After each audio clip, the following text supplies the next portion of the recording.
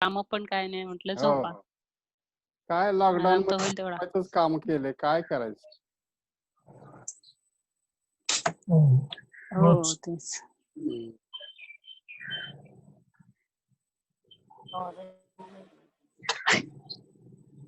Mute कर.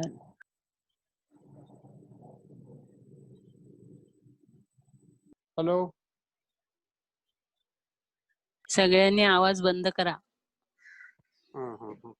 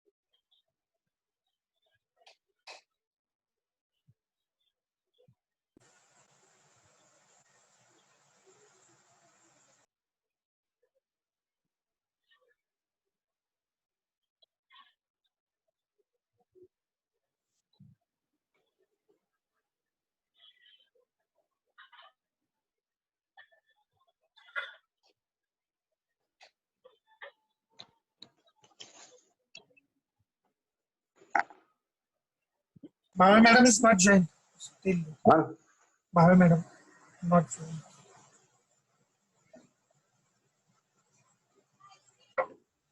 पंचे sir कुठे आहेत? सातारा की नाही, इथं ठाण्यातच आहे. ठाण्यात आहे. हो हो. गेले ना गावी. काय लॉकडाऊन मुळे जाता येत नाही कुठंच. आता झालं रिलीज झालं. हा, आता झालं म्हटलं म्हणजे हो हो हो हो येऊ देतात आता. हो. आमच्याकडे काय ती गावातच येऊ देत नाही. हा हा. लॉकडाऊन करा हे करतात quarantine. Sawant sir, Sawant sir unmute करा. Yes, it's okay. अनम्यूट करा सावंत सर. म्यूट करायचं. Hello, good morning. Hello.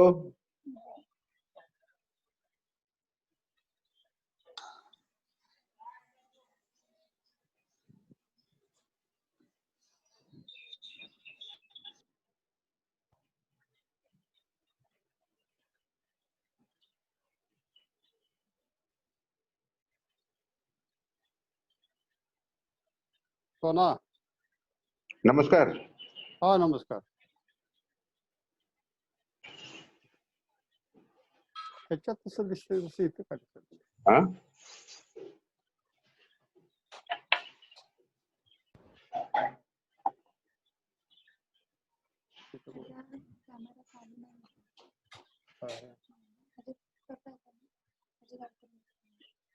चालूच आहे की दोन्ही. त्याच्यातनं आवाज येतोय. नाही, ह्याच्यातनं आवाज घेता येईल का? हे लावून. Hello everyone. We are about to start. Am I audible to all? Yes. Hello. Yes, please now Yes. close your or mute your sound and stop videos so we can start with the conference. Now, थोडीशी बघ. ठीक आहे?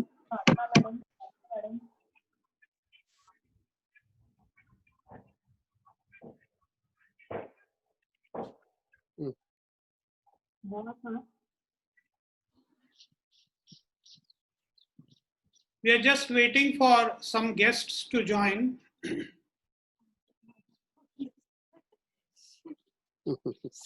PI Dhanashri Karmarkar has joined from Nigeria.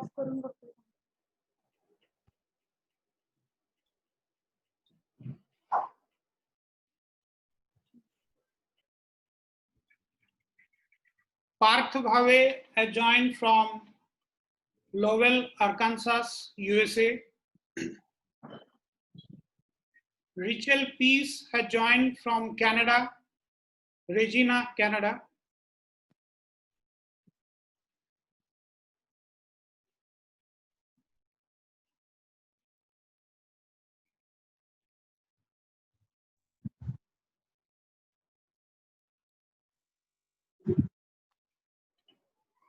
Good morning, madam.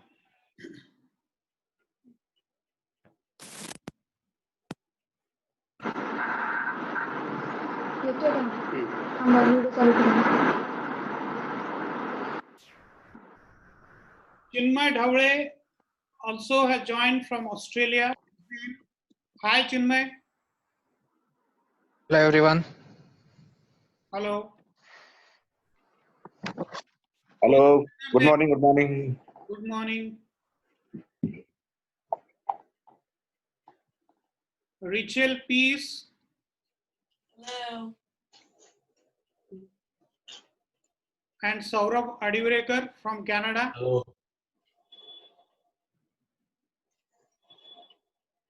Hello, Rasal sir. Namaskar. Namaskar. Namaskar. So participants, now please close your videos and audios. Lorenzo Berio. Hi, Lorenzo. Lorenzo has joined from Italy. Hello. Good morning to all. Good morning.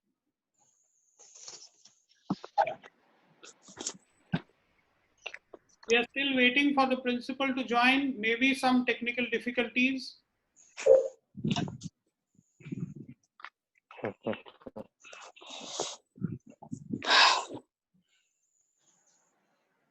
Sampath Kanse, our former mathematics teacher, has also joined. Good morning, sir. Good morning.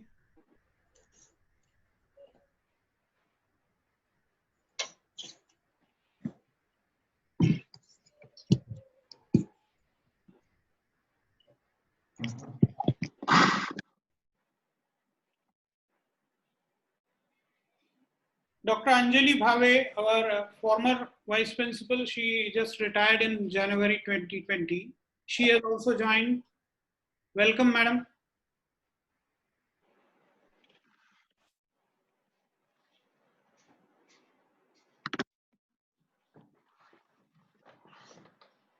Ashwini Torne and Prakash Sawant. Dr. Ashwini Torne and Dr. Prakash Sawant. Recently, they have completed their PhD. So both of them have joined. Good morning, sir. Good morning.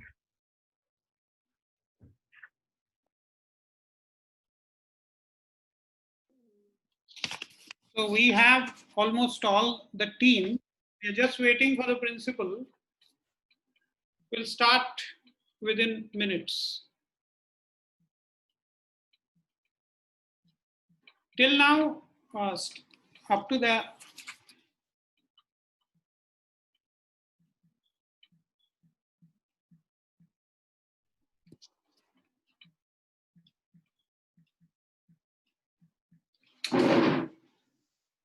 Good morning, sir. good morning. Lealem is also here with me. Both of us are online. Good morning, Lealem sir. Good morning. How are you? Fine. We are just waiting for the principal and then we'll start.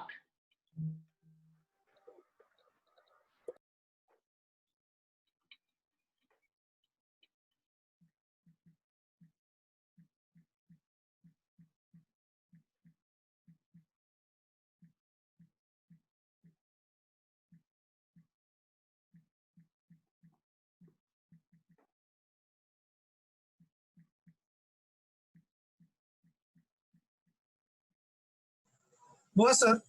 Hello. Boa, sir. Hello. Hello. Boa, sir.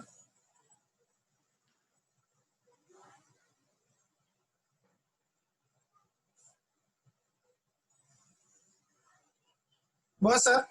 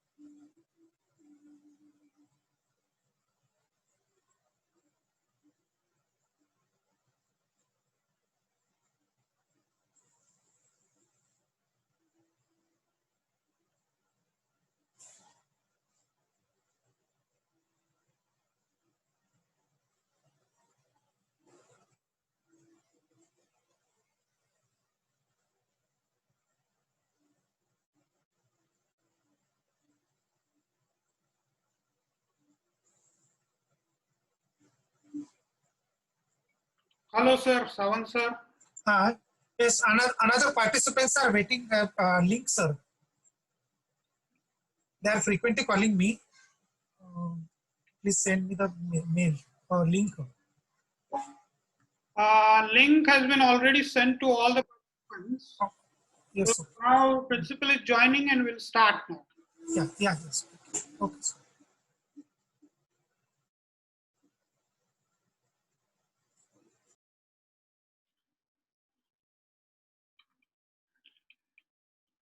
We have almost 70 participants here.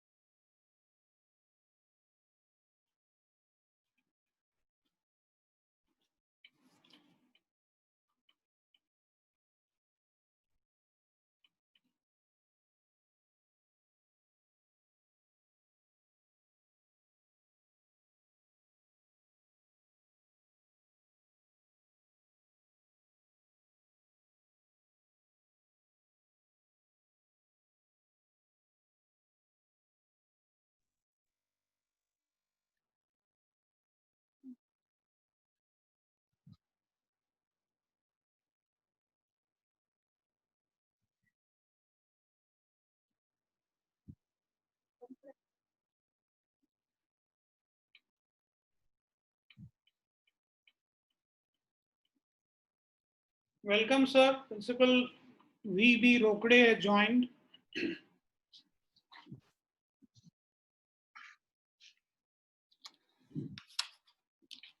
Respected principal, vice principal, former vice principal, senior officials from the Gokhale Education Society, which is our parent organization, esteemed colleagues and friends, all our guests of honor, Mr. Lealem Dinku, Deputy Superintendent, Gopika Jahagirdar, PI Dhanashri Karmarkar, Parth Bhave, Rachel Peace, Sanyukta Bua, Chinmay Dhawale, and Lorenzo Berio.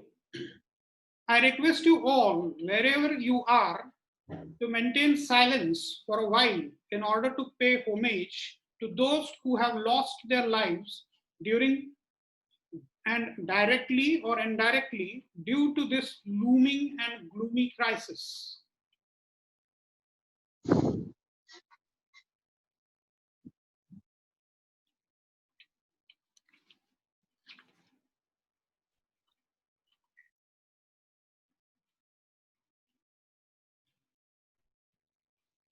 Good morning to the Americans, the Canadians, and the US citizens who have joined us just after the stroke of the midnight, and also to the Europeans, Africans, and Asians. And good afternoon to our guests from Australia. Welcome everyone to this international webinar organized by Dr. T.K. Tope Senior Knight College, facilitated by our liberal, cooperative, understanding, who is an administrator with a human touch. Along with his own life, he has enriched many other people. I am one of those fortunate beneficiaries. Our college is located in Parel, surrounded by famous hospitals of KEM, Wadia, and Tata Cancer Hospital. Next to the famous Kamgar Maidan, it was famous during the freedom movement and the Sanyukta Maharashtra movement. And it is exactly located in the R.M. Bhatt High School building. Many of you can relate to the R.M. Bhatt High School building. We are together, though we are at distant places, in different time zones and still at the same time. We have participants from almost all states of India and a few countries outside India. The coronavirus disease, as we all now know, is a communicable respiratory disease caused by a new strain of coronavirus that causes illness in humans. Scientists are still learning about the disease and think that the virus began in animals, bats and the pangolin particularly. At some point, one or more humans acquired infection from an animal, and those infected humans began transmitting infection to other humans. Of course, there are many other theories. The disease spreads from person to person through infected air droplets that are projected during sneezing or coughing, or even while you talk. It can also be transmitted when humans have contact with hands or surfaces that contain the virus and touch their eyes, nose, or mouth with the contaminated hands. COVID-19 was first reported in China, but it has now spread throughout the world. After infection, many, particularly in India, remain asymptomatic and recover early.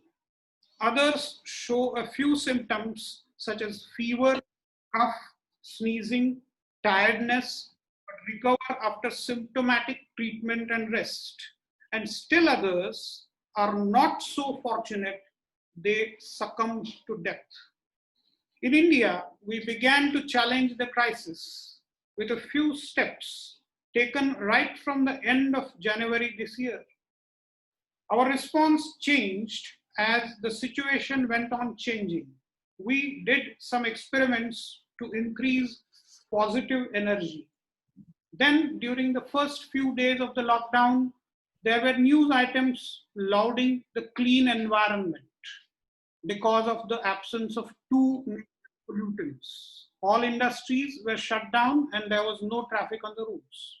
And then came the environmentalists who criticized these news items and said that they don't want a clean environment at the cost of human lives. Lives lost due to job losses, hunger, heat, and other diseases.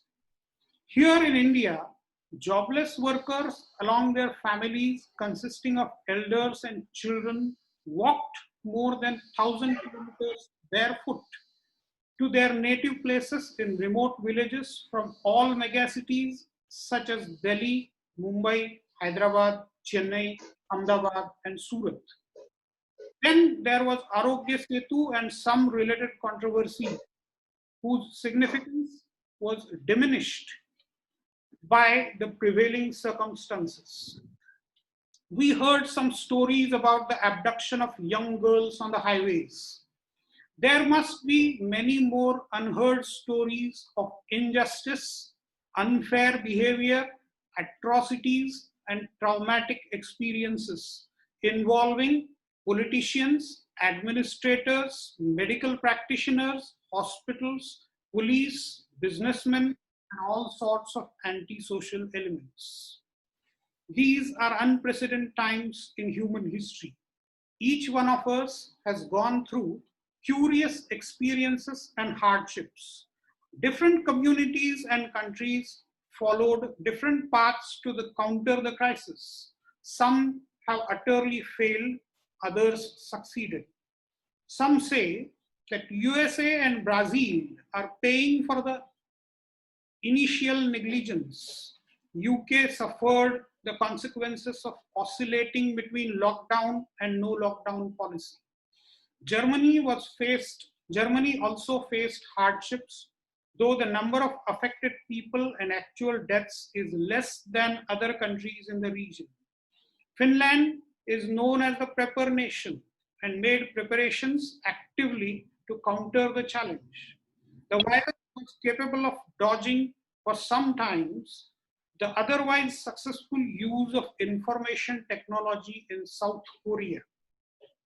A claim was made that countries led by women came out clean or handled the crisis better.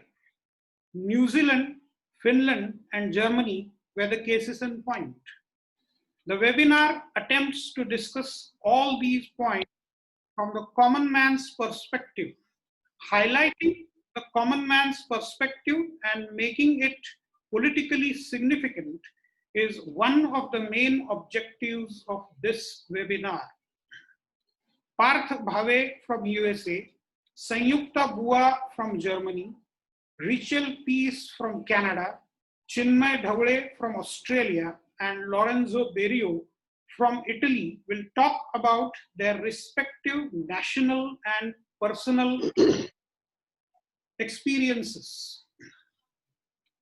Mr. Lealem Dinku, currently working with UNDP in Nigeria,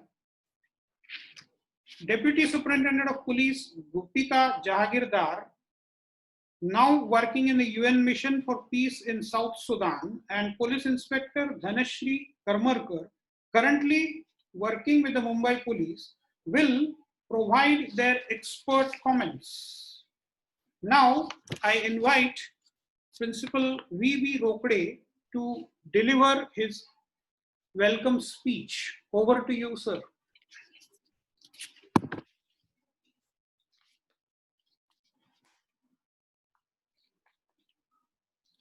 Principal V.B. Rokhade will deliver his welcome speech now.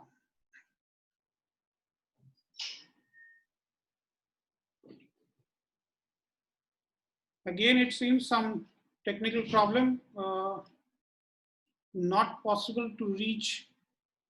Oh, sir is there, but the video and audio is not on.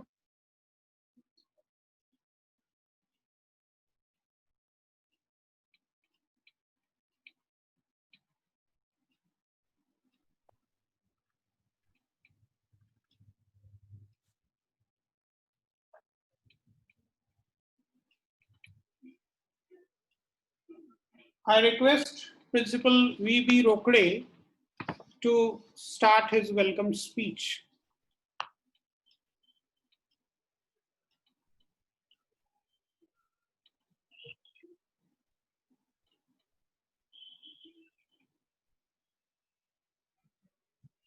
Hello, sir. Yes. So I request you to start the welcome speech. Are you hearing me? Yes, clearly. But you cannot visualize. Yes, but you should start your video and it will be...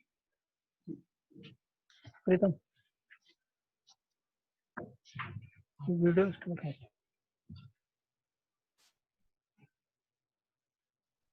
Otherwise, also you can start your speech. Okay. Yes, it is visible now. Yeah. So you are getting? Yes. Okay. All of us are getting. At the outset, I would like to thank the organization committee of the college who have taken active participation in organizing such a international webinar. I would like to thank the speaker, keynote address, as well as participants and the other members throughout the country.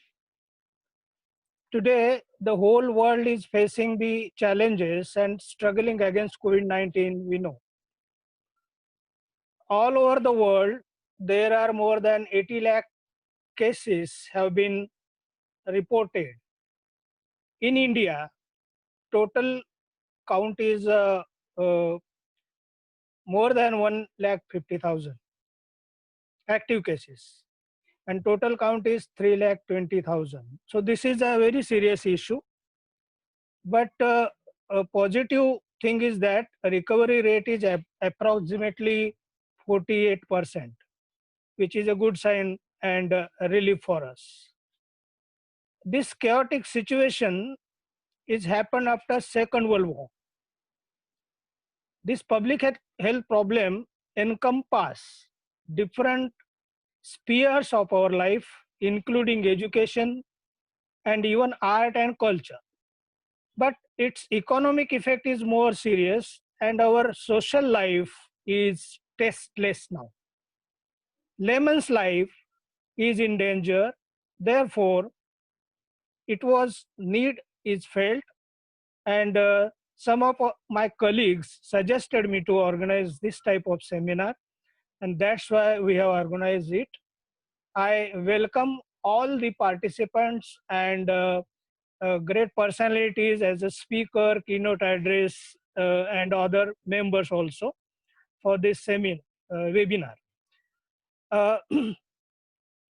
Important thing is prevention, control, treatment, and also finding out proper vaccine are the key factors in this regard. Therefore, as Professor Bua told earlier at the beginning, the history of the COVID-19, which is now not only है ना नहीं AGP नहीं लेकिन AGP group में teachers हैं कि use your sound. Hello और ये अच्छा ये आपको आता है ऐसा भेजना हाँ सिर्फ बनाना बाकी है और ये ठीक है हेलो एजीपी ग्रुप में आ गया है आपको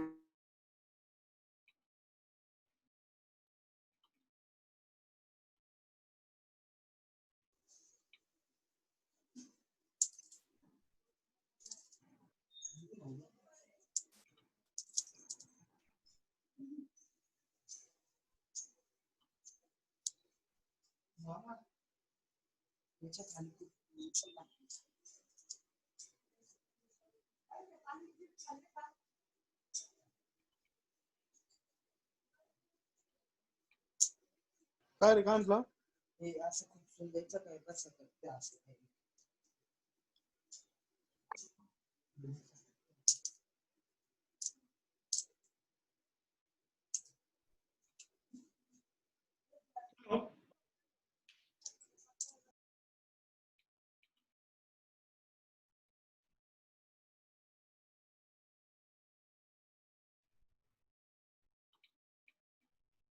Hello, sir.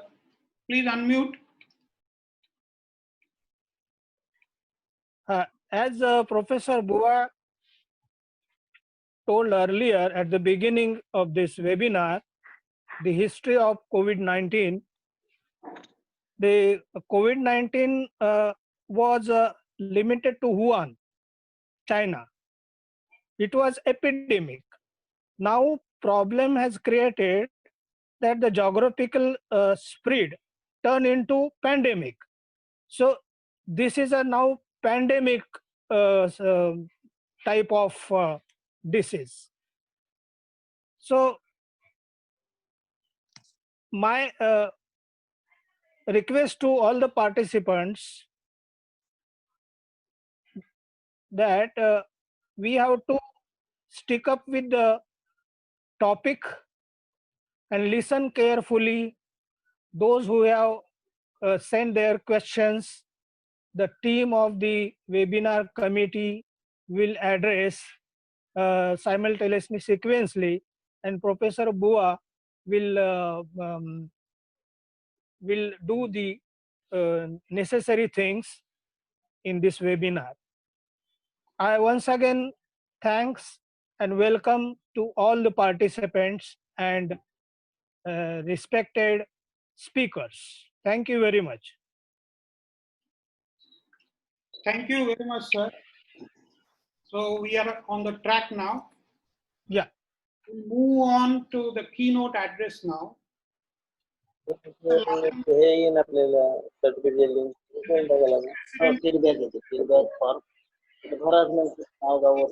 Participants, they have not audio, so it is disturbing the conference. So please request all the participants to mute their audio and video.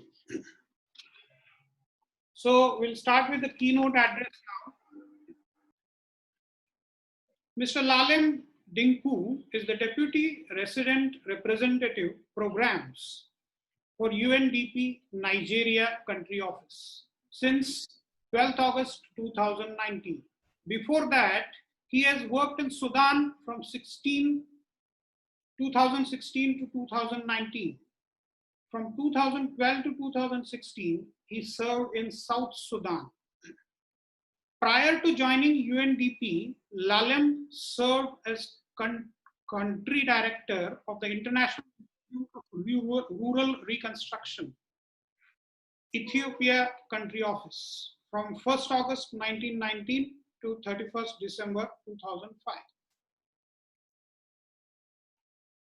Mr. Lealem belongs to our fraternity as he was a lecturer in Department of Management and Public Administration, Addis Ababa University, Ethiopia, from 1st September 1983 to 31st March 1993. As a lecturer, Lealem taught many courses, including Principles of Management, Organizational and Development, Organization and Management, Money and Banking, Operations, Research, etc. Lealem holds a BA degree in Management and Public Administration from Addis Ababa University and MA degree in Public Policy and Administration from Institute of Social Studies, The Hague, Netherlands. I invite Mr. Lealem to address the August gathering. Over to you, Mr. Lealem.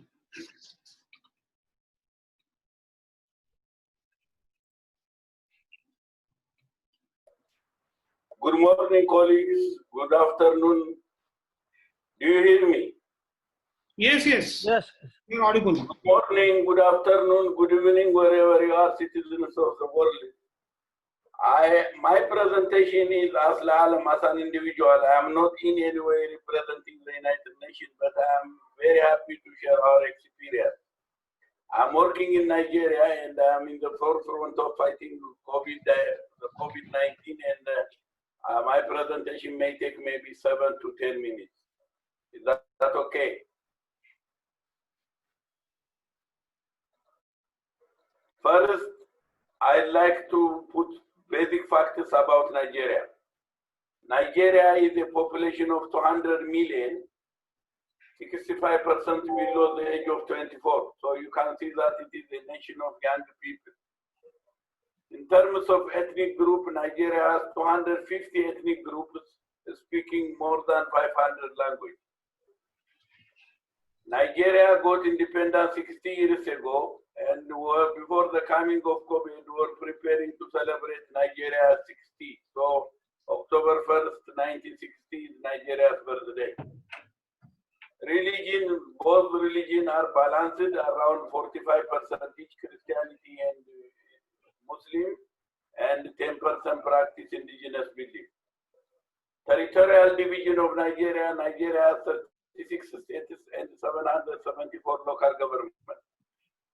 The health sector in Nigeria, before the coming of COVID, I would like you to note Nigeria has only 5 hospital beds per 10,000 persons, and along with shortage of doctors and nurses, inadequate infrastructure and equipment across the country, posing challenges in responding to the pandemic. So the Nigerian health sector was not as such strong. COVID-19 case development as of 13 June.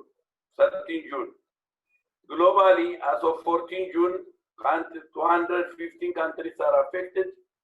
Confirmed case of the virus 7.6 million, days over 427,000. That is globally. Nigeria, as of 14 June yesterday, the National Nigerian Center for Disease Control tested 92,000 people. Confirmed case 15,682. Discharging over 5,000, days 407. The impact of COVID on Nigerian health system, people, and economy. Do you hear me, colleagues?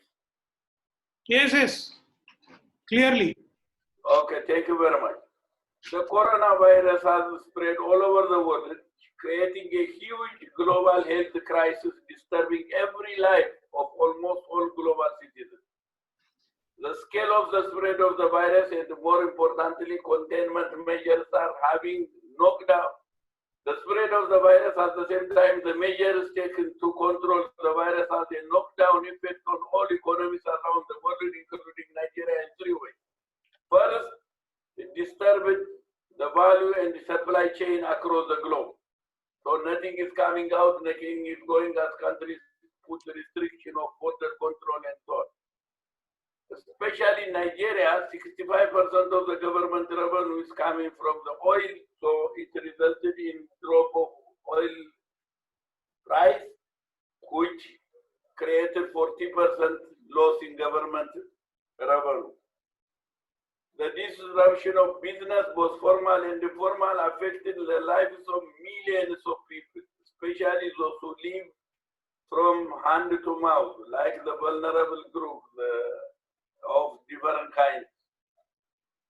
The virus has also, in the case of Africa, in the case of Nigeria, where there is violent extremism, the government is battling with violent extremism in the northeast, where 3.5 million people are displaced. It has a great implication on peace and social cohesion. The economic impact of the pandemic cultivated conditions for disgruntlement and social unrest. So the prevention measure undermines the way found, and the prevention measure, restriction, isolation, and so on came against the very fabric of society. Countries have to abandon their national day holiday, birthday parties, and so on and so forth. So it is affecting the very social fabric that is necessary to protect society. Then specifically in the case of Nigeria, the outbreak has a big issue regarding refugees and IDPs. Nigeria is the home of 3.3 million IDPs. IDPs are internally displaced people as a result of conflict. So these people are living in a very crowded space, crowded location, and lack of space, which is very difficult to implement social distancing. Sir, excuse me. Will you please start your video? No, I don't have video. Okay, you can continue. So, especially what I'm saying is in an area where there is huge number of 3.5 million people, 500,000 people in one camp, implementing social distancing and separation restriction is very difficult. So this affects us. Strategy adopted by the government of Nigeria in fighting is a number of strategies. One, the federal government prepared its coordinated response. A presidential task force was established to lead this process. Then the government on March 29 announced total lockdown of the biggest city, Lagos, which is 14 million people, Abuja, 3 million people, and some of the states. This was extended later for 2 weeks, and by 27 April, the president announced phased out gradual easing of lockdown.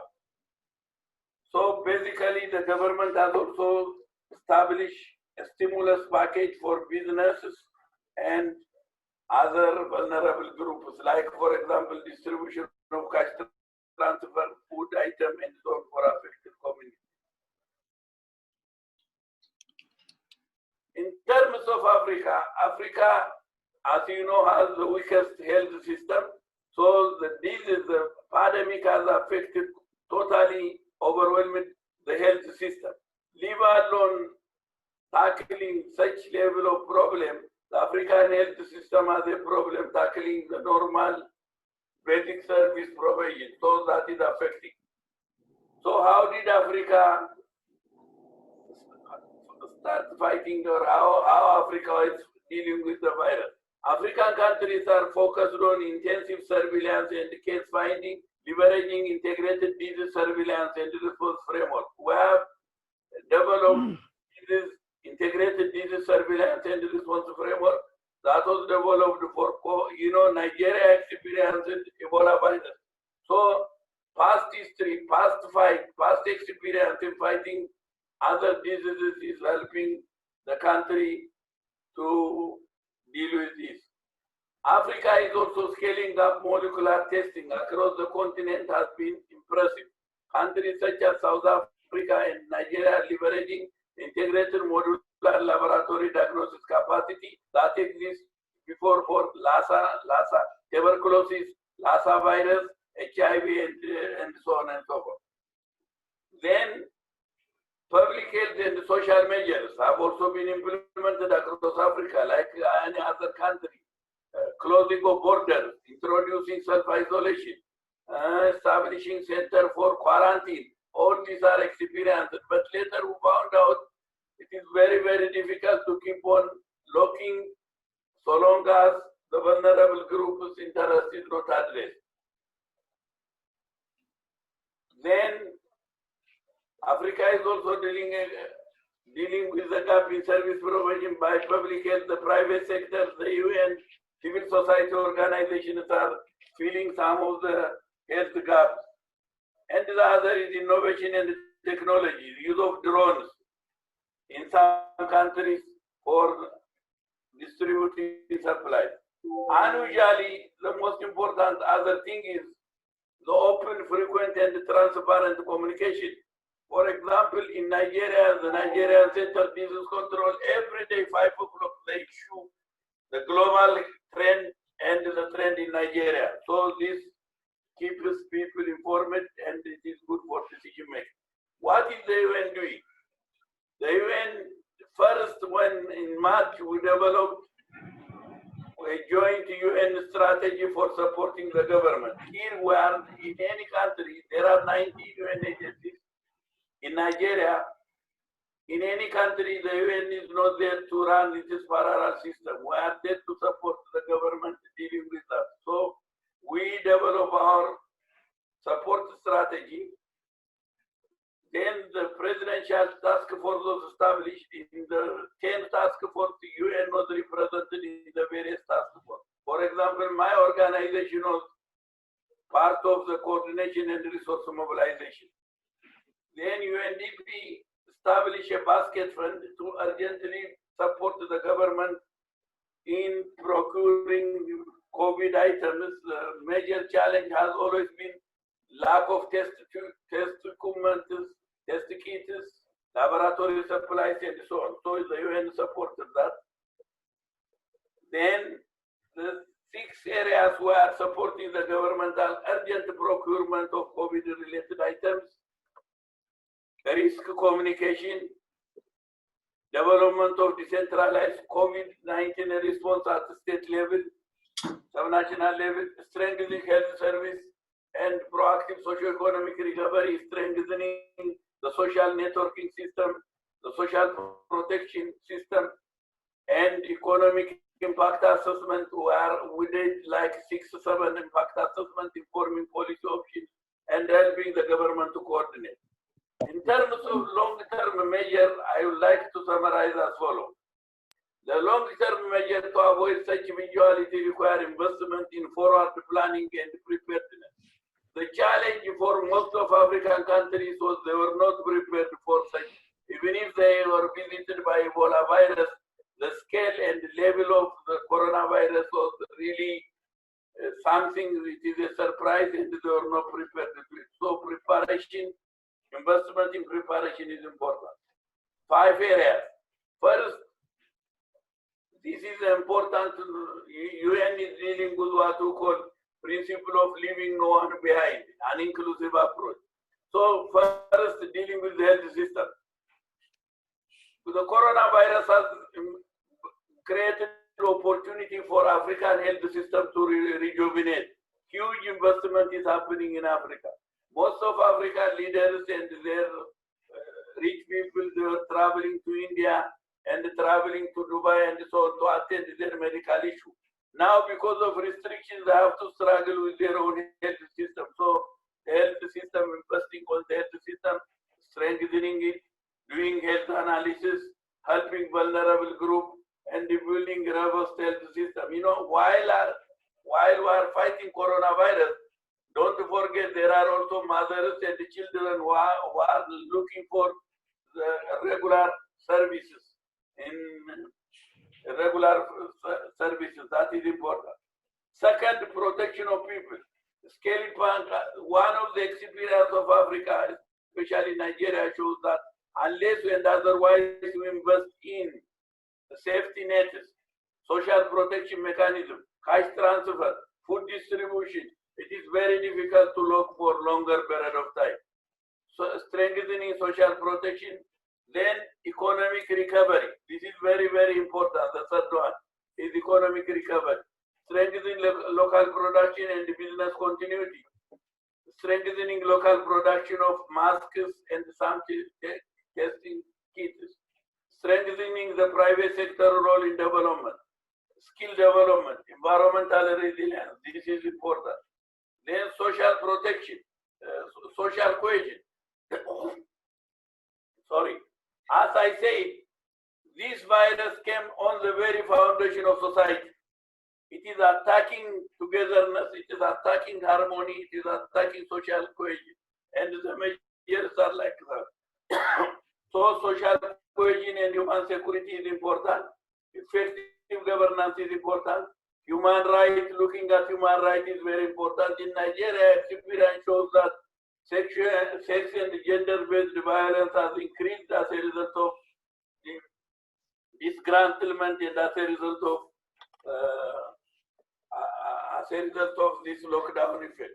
So in conclusion, the overarching objective is to support the government of Nigeria to build back the country's socio-economic system better, not only to meet urgent needs, but also set a strong foundation for future development. Whatever we do in the UN is related to protect the achievement so far on sustainable development goals, which the global community would like to achieve by 2030.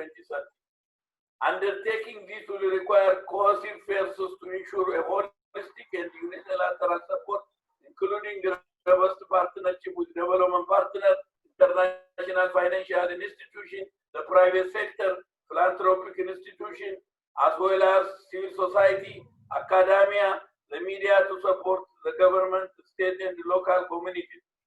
Our collective support in the socio-economic front, protecting people, economic recovery and macroeconomic stability, and social cohesion will help to rebound and rebuild toward this post-pandemic future that enhances the well-being of all with no one left behind.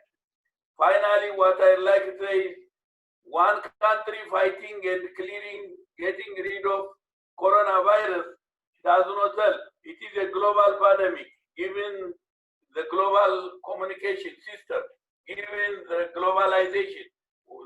Even if a country cannot protect itself unless it also tries to help other countries. I stop here. Thank you very much for the chance you gave me. Thank you. Thank you very much, sir. Thank you for your contribution. Mr. Dinku, from the brief history of Nigeria, its social system, problems with the health system, then problems with the technology, surveillance technology they faced. They had earlier faced the Ebola virus problem, so he talked about that also, and stressed upon scaling up the testing facilities. Quarantine centers were established. UNDP has established a basket fund. Many other nations have contributed to UNDP's basket fund, and that has helped Nigeria very much. So thank you, Mr. Dinku, for the keynote address. We have our next guest in the panel, Deputy Superintendent of Police, Gopika Jahagirdar. A few words about her and then she will start. In September 2019, 5 women police officials were conferred the UN Medal for their commendable services in the World Body's mission in South Sudan. They protected the lives of millions of civilians Deputy Superintendent of Police Gopika Jahagirdar, working as the head of the crime against women and children for Maharashtra state, was one of them. In August 2019, she was honored with the President Medal. She is currently working in South Sudan, representing India in the United Nations Peacekeeping Force since April 2019. Over to you, Jahagirdar Madam.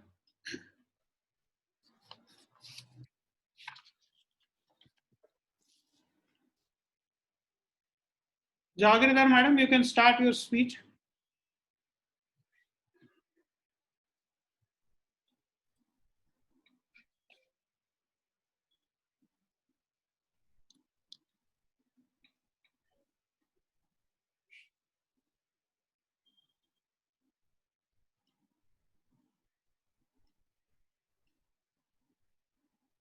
Jahagirdar Madam.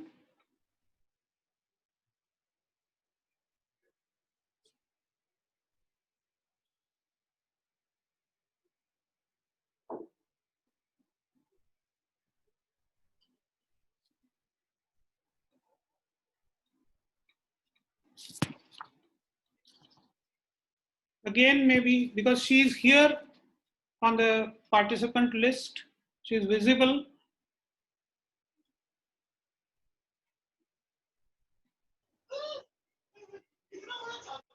Hello. Please unmute your.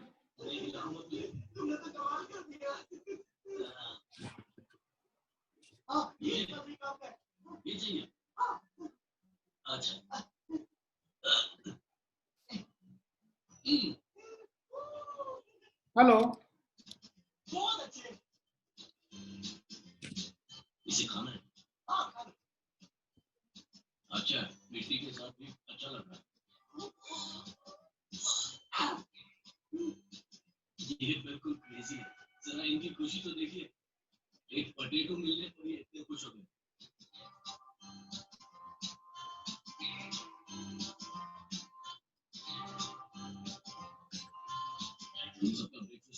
Participants, I again request you to please mute your audios. By the time Jahagirdar Madam is connected, we'll start with the personal experiences. We'll start with the Americans. As I said, they are here just after the stroke of midnight.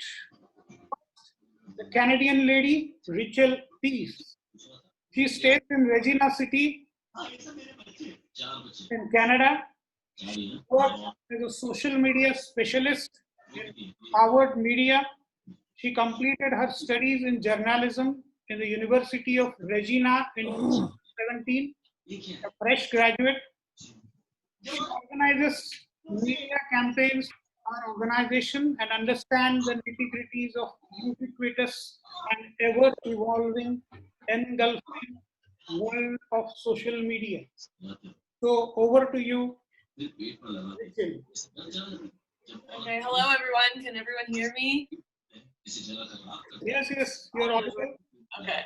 I'll keep my section short because it's getting late over here. It's almost 1 a.m.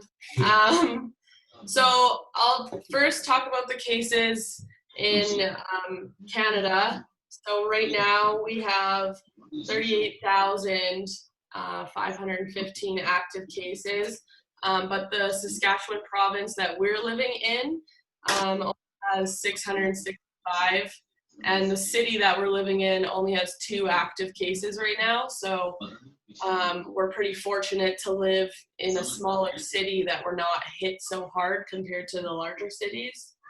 And the way that everything has kind of been going, we haven't been on a lockdown or anything like India has or other countries.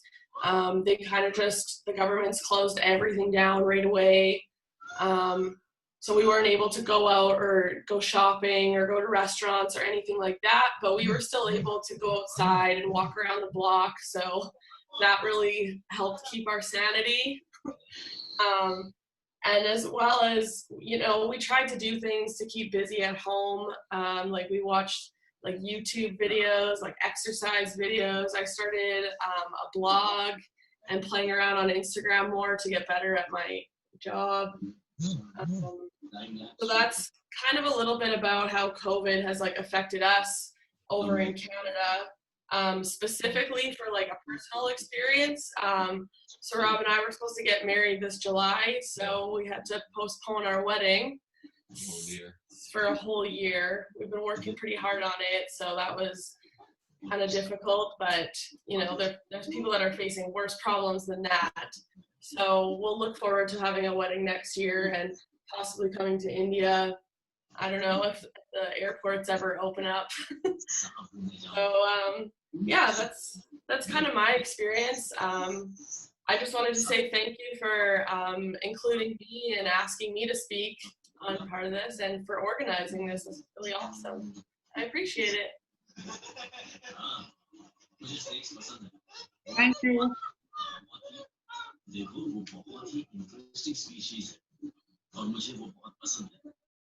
Thank you very much.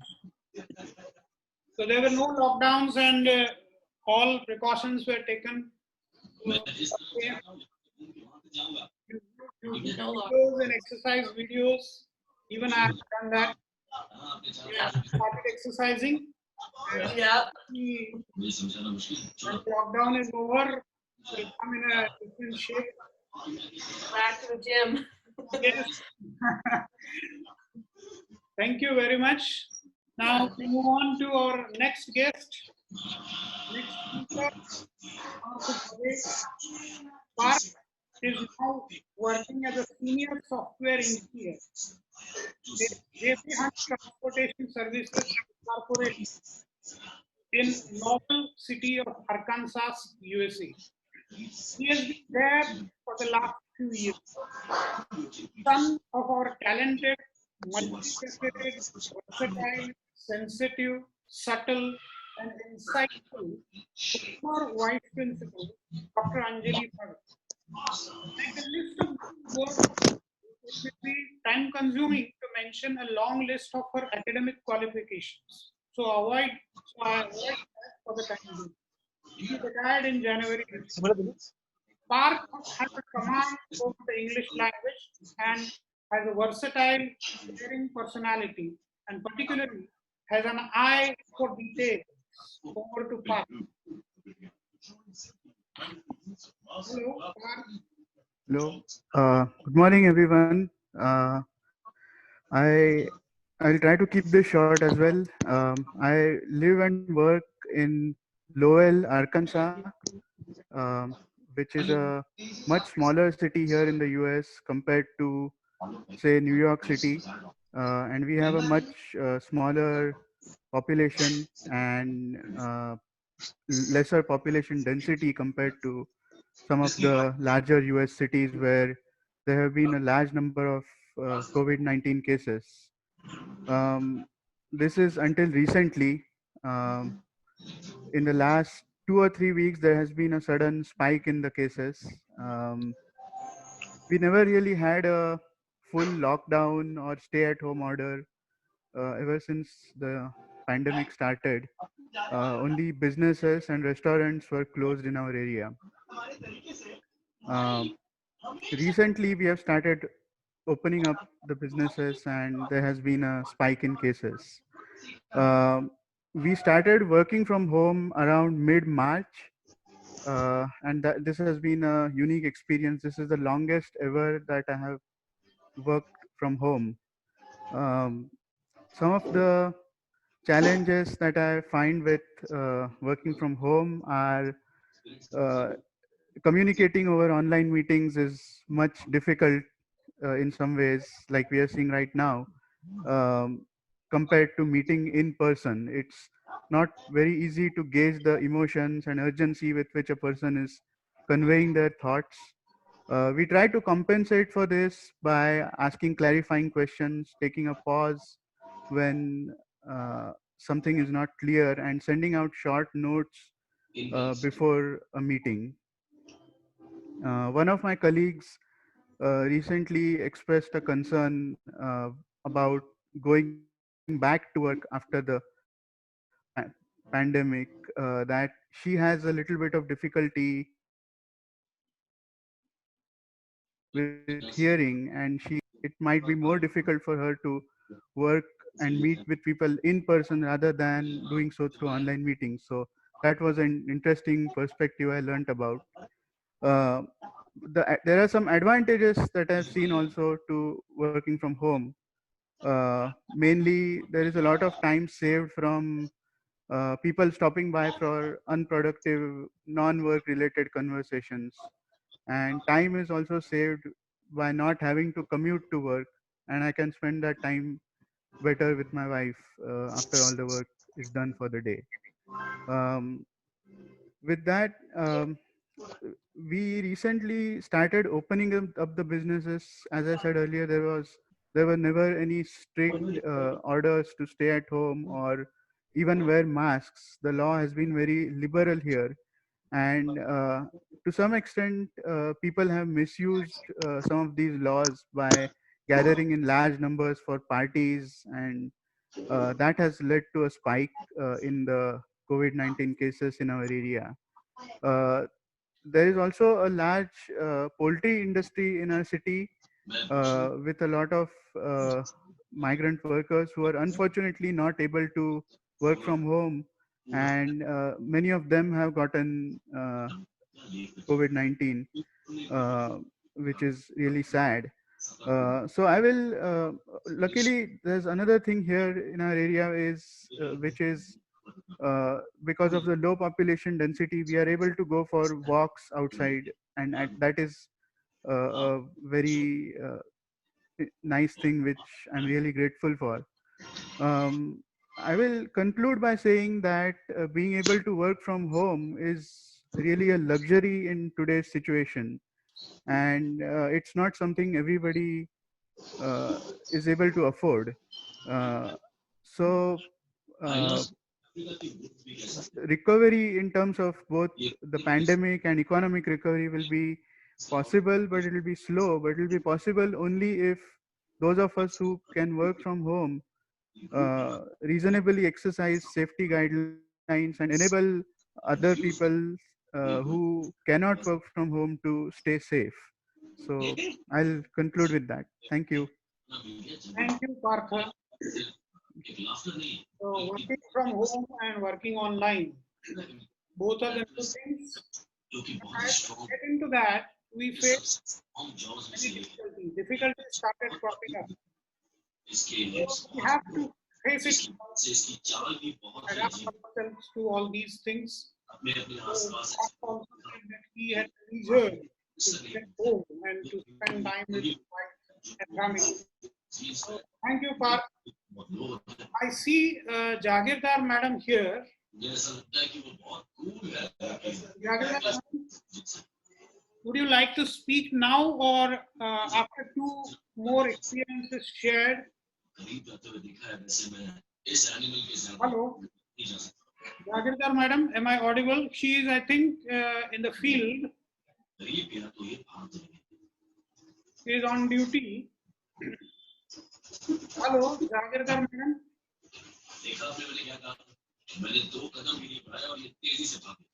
Some participant has not muted the audio, so it is disturbing. So please, I request you to mute your audio. So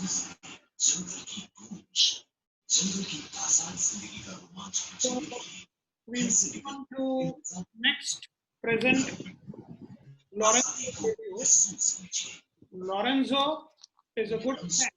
We have spent a lot of good time together along with our families. He is in the early 80s, still very active, participating practicing as a business consultant. He owns an independent agency. He is an avid traveler, often visits India, likes to experiment with and knows details even about infrequently visited destinations. Over to you, Lorenzo. So please जब हम early learning को पढ़ते हैं तो वो बनते हैं. That's what I introducing Disney Baiju's early learning. Over to Lorenzo. This age download for classes 1 to 3. Can you listen me? Yes. Yes, because there are some noise in the, and I thank you much the organizers for this conference that is very interesting because to exchange the experience of different countries is very good in this moment because every country have some difficult point and some better point, and so this is a good, very good idea of your school, and I thank you for that. As you know, in Italy was in Europe the first country with a very big raising of the coronavirus, and before the other countries of Europe, Germany, Spain, French, and in Italy the infection of virus was very strong in the north of Italy, where are more the industrial field of Italy, and lockdown was starting in the 8th of March. And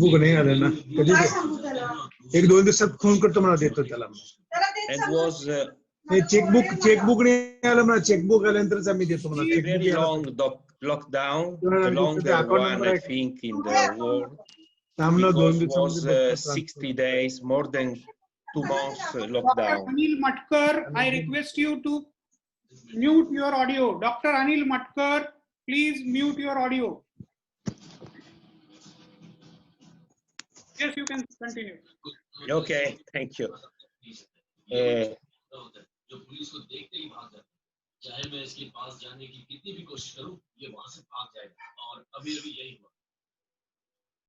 And the lockdown was very long, and people was from one side respecting very well the lockdown. Everyone was stay at home, and from other side there was a very strong police and control on the movements outside. And this was the first time, maybe this was also posing some problems about respecting the freedom and the laws, and from the other side was necessary this. So this is a point to see for the future, because also now there is a control on people with an application you can put in your phone, and you are checked where you are, and if you contact other people have the infections. So they guarantee that the privacy is respected, but this is a point to see.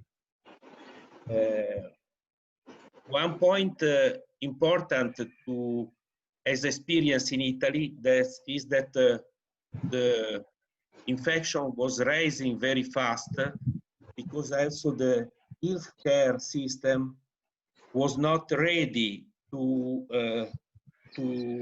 contrast the infection for different reasons.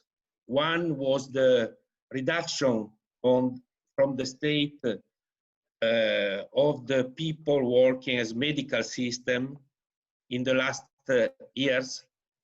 And the second point was that a lot of hospitals were more private hospitals, the third point was that the doctors,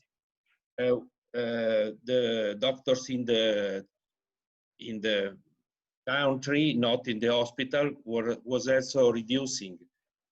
And so the people infected was going very fast to the hospitals, not was taking care of them at home.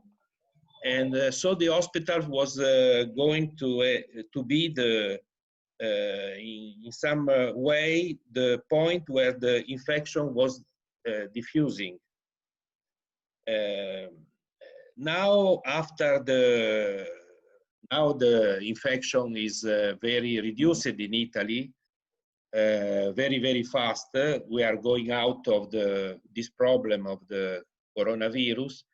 And I hope that this lesson will be useful for having a different way to take care of the health, and that the situation of the hospitals and doctors will be better organized.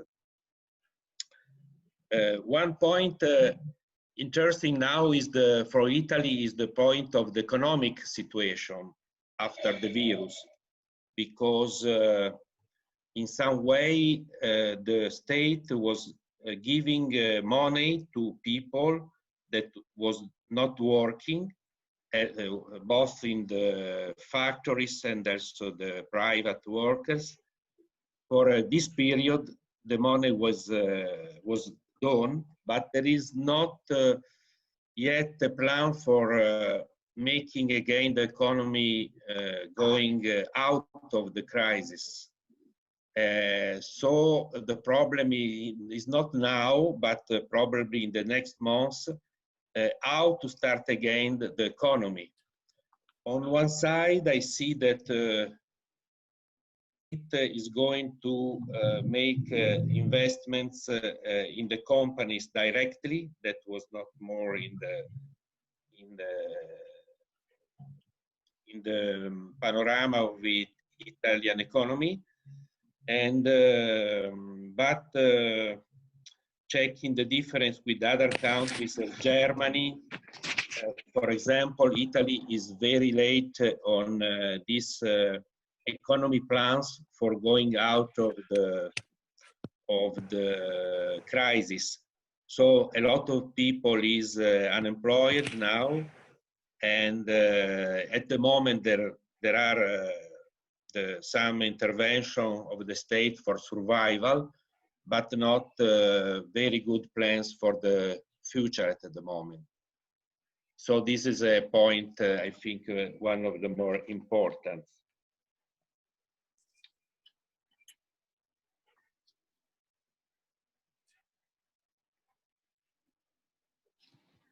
So thank you very much, Lorenzo. So, it was very short, and I hope this will give you some point to go deeper later. Thank you. The main point was the system was not ready for many reasons. Yes, that has happened in the countries. All countries have suffered. Even the superpowers, USA and USSR, or USA and Russia now, even both these big countries, Brazil, Spain, all have suffered.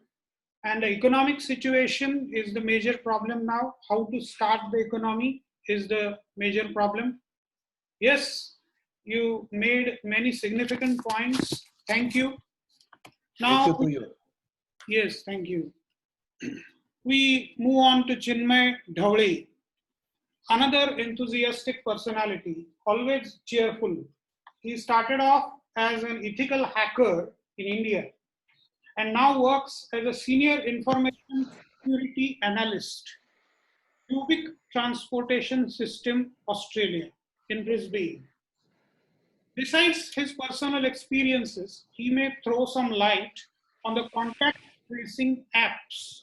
Of course, it may be a subject for a separate seminar or, say, webinar. So over to you, Chinmay. Thank you very much, Shubhra sir, for lovely introduction, and thanks very much for having me once again. So, good morning, good afternoon, and good evening, everyone.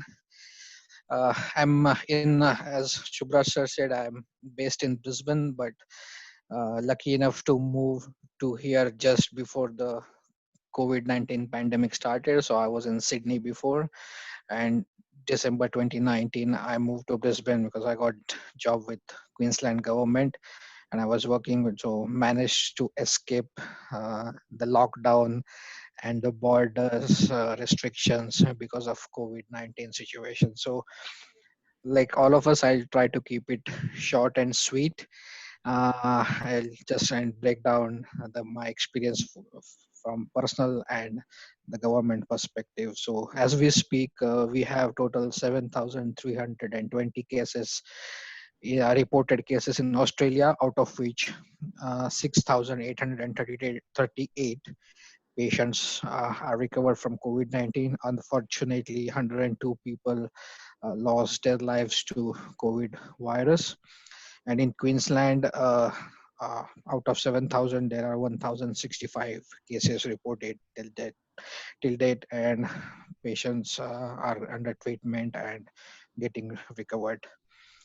In personal experience, it was kind of a mixed bag for me because I was working for Queensland government, and came to me that my contract is about to end because of budget concern, and I had to look for the new job. And it was during the peak time of COVID-19, where majority of the Australians and people all around the world were losing jobs. And I had to look for the job, and luckily Cubic, which I'm currently working with, was kind enough to offer me a permanent position as a senior analyst, and I joined the company. But I only on the first day of joining, I went to office, collected my laptop and all stuff which I needed to work from home. And since then, I've been working from home. It's almost 3 months now. I have met my colleagues over the meeting only.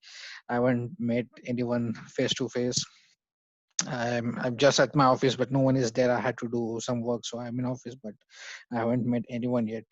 So it's kind of different experience, but lucky to keep my job because official numbers came from Australian government is more than 200,000 personnel or people lost their jobs because of the COVID-19, because major industry was impacted was tourism or travel industry, which is a base of Australian economy. So that impacted due to COVID virus because of international border closures, domestic border closures, and hard restrictions been placed from Australian government to contain the spread of the virus. So whenever people were coming to Australia, they were screened at airport, temperature checks for any symptoms for COVID-19. That has been done. If some doubts in that, they have been put in 14 days quarantine, mandatory quarantine, and government is actively or was actively tracking the people who are in quarantine to know so that can contain the virus. And along with that, another strong measures taken by government was they set up testing centers for COVID. So that's why Australia reported highest number of testing of COVID, which is close to 2 million tests so far. So that record Australia has, and lucky to get tested free of cost, and the treatment is under free of cost from the government because of the global pandemic. So that's the benefit we got. But during that, the panic buying happened. All of you must have heard people started buying the toilet paper or groceries, or they started stockpiling. There were chaos in the supermarket. So that also government look after and restricted how to buy and what to buy. People who were more vulnerable, such as elderly people, were given special permissions to come early so they can buy stuff. They are not starving or they are not lacking any essential stuff to take care during COVID situation. School, colleges, public gathering, even also the gathering inside the house were completely banned. and which is strict enough that many of people end up paying heavy fines for not abiding to laws. If I say heavy fines, that's close to 5 to 6 lakhs Indian rupees if I had to literally convert the currency, which is 10 to 15,000 Australian dollars. So those were the strict measures and isolation that have been forced to every other person in the country. Transport was shut, trains, buses, ferries, even also the walking was not allowed during the peak situation. If you want to go for a walk, not allowed. Maybe you can just roam around your front yard or backyard, specific time allocation to do anything. So those were the strict measures were applied, and we were forced into isolation. That's why Australia was able to contain the number of cases. And slowly the lockdowns or the rules are being lifted off. We are now allowed to go outside. Number of gathering, people can gather.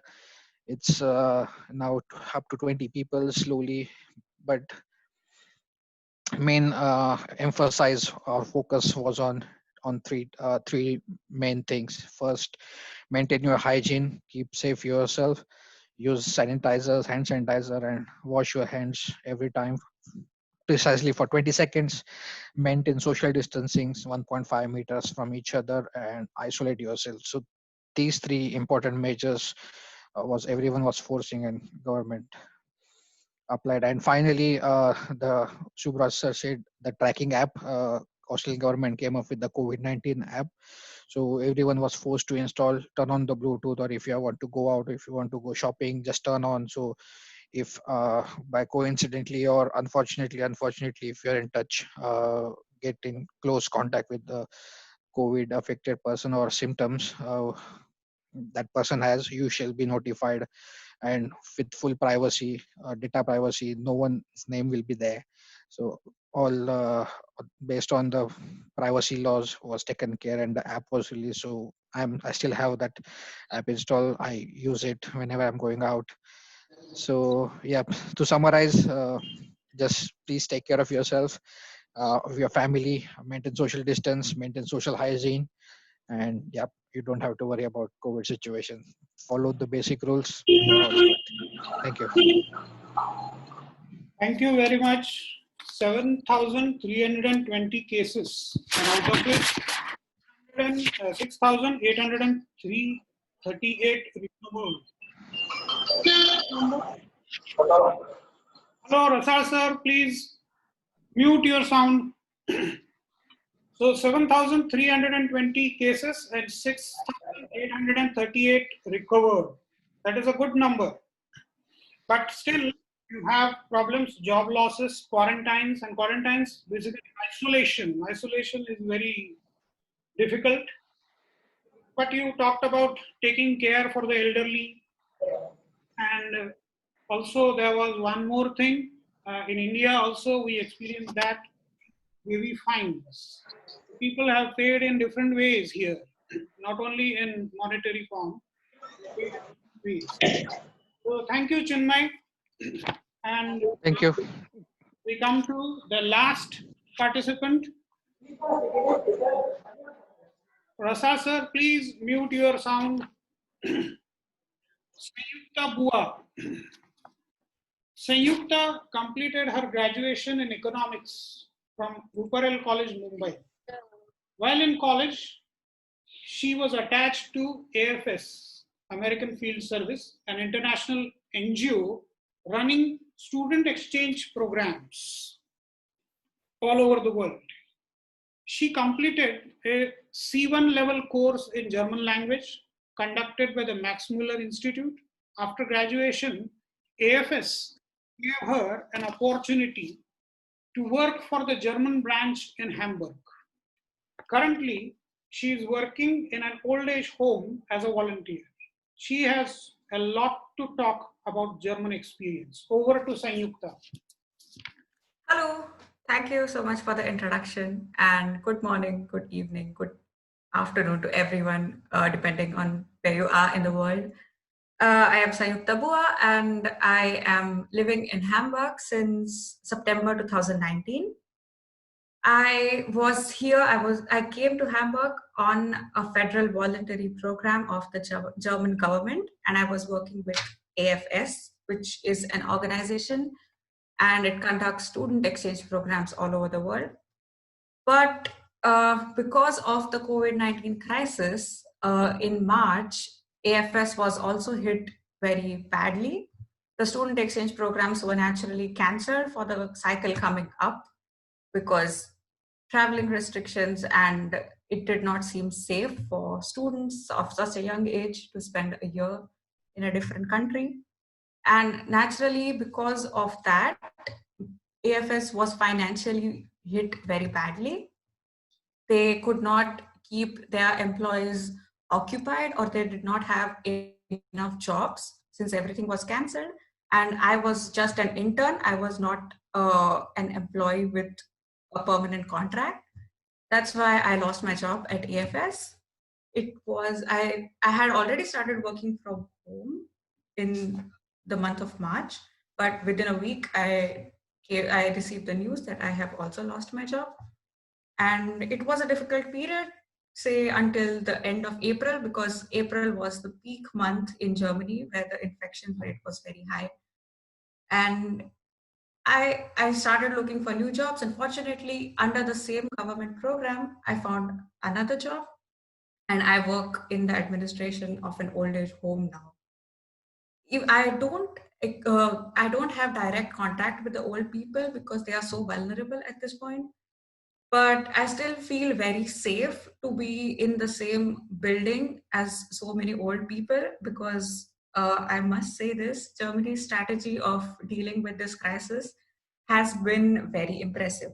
And we have a few advantages to ourselves because Germany was not the first country in Europe to be hit by the virus. Germany had enough time to prepare itself because Italy was hit, Spain was hit, and Germany took the disease very seriously right from the beginning. And after seeing what is happening in Italy and Spain, the healthcare system, they increased the number of beds, they increased the capacity of their ICUs immediately. And because of that, we were never overburdened with the number of patients.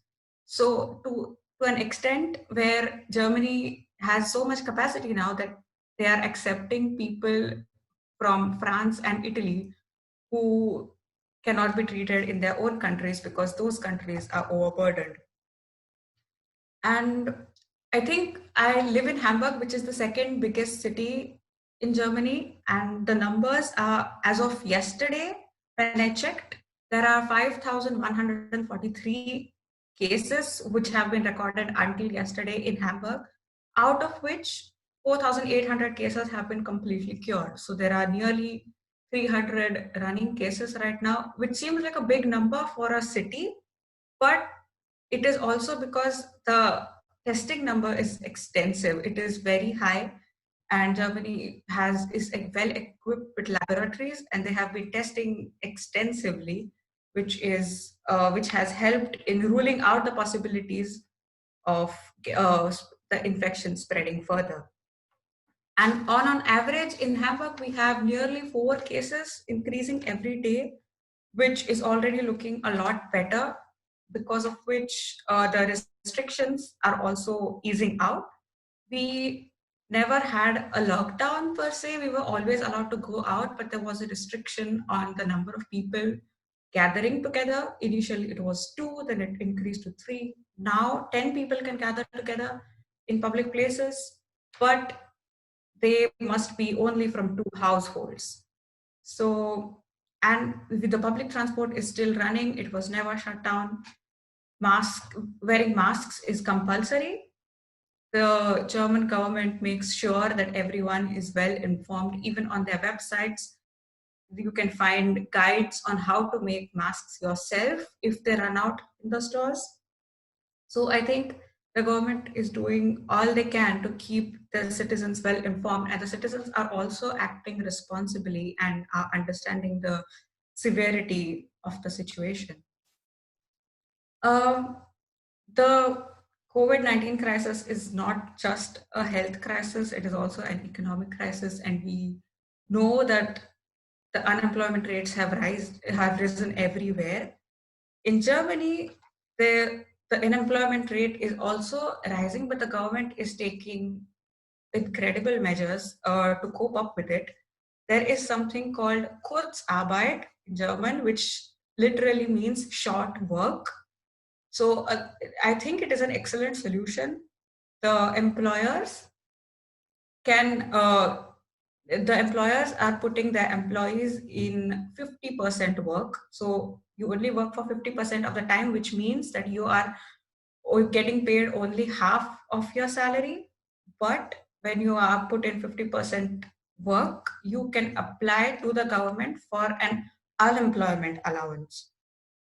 And through that allowance, you still get 70% of your salary, which means you're working less and you're not losing all of your money. You're still getting 70%, which is already a very good amount considering what is happening in different countries where people are completely losing their jobs.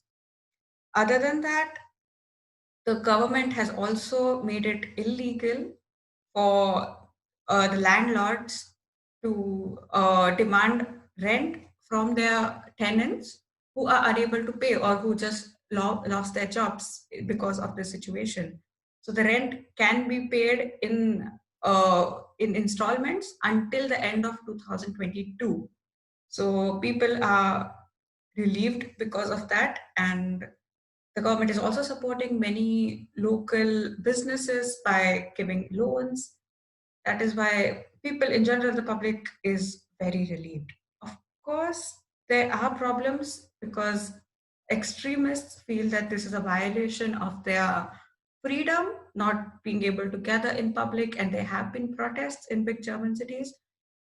But they are also being brought under control by the police, and more people have been made aware that the government is acting out very it is doing the best it can, and it can only be helpful if the government has complete support of the public. And in conclusion, I would like to say that I feel very safe to be here, knowing that the healthcare system is very strong and the infection rate is decreasing, the curve is flattening. And I wish all of you all over the world also stay safe and take care of yourselves. Thank you for the organizing committee of Tope Night College for letting me share my experience. And yeah, take care. Thank you very much, Sanyukta. So Germany had never had a lockdown. The public transport system was always running, but still you have the problem of unemployment. But you also said that the German government took very good supportive measures, and still there were protests. And now the situation is easing out. It is becoming more comfortable to live in. So thank you very much. So before proceeding to Police Inspector Dhanashri Karmarkar, I want to ask Gopika Jahagirdar Madam once more, because she is there. I can see her name here. If you would like to speak now, Jahagirdar Madam. She is in the field in South Sudan, which is a war-torn country. So maybe she is facing some difficulties, technical difficulties. She is there on the panel, but she is not able to communicate. So we'll look after it after a while. So now continue with the next speaker, Dhanashri Karmarkar. A magnificent personality, I can say. Ever ready to help. We had the honor of listening to her ideas about the South Sudan conflict in our college on 10th December last year. The large student gathering was spellbound for 1.5 hours. You can see the details of this lecture on our college site.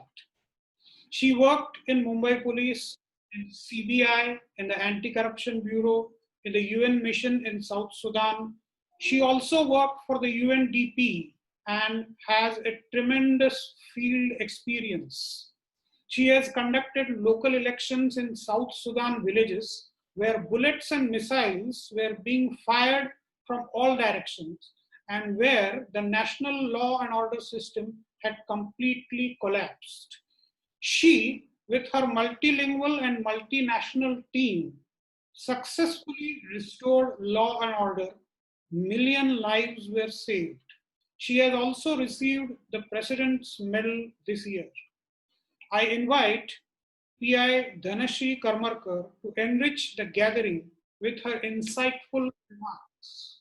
Over to you, Karmarkar Madam.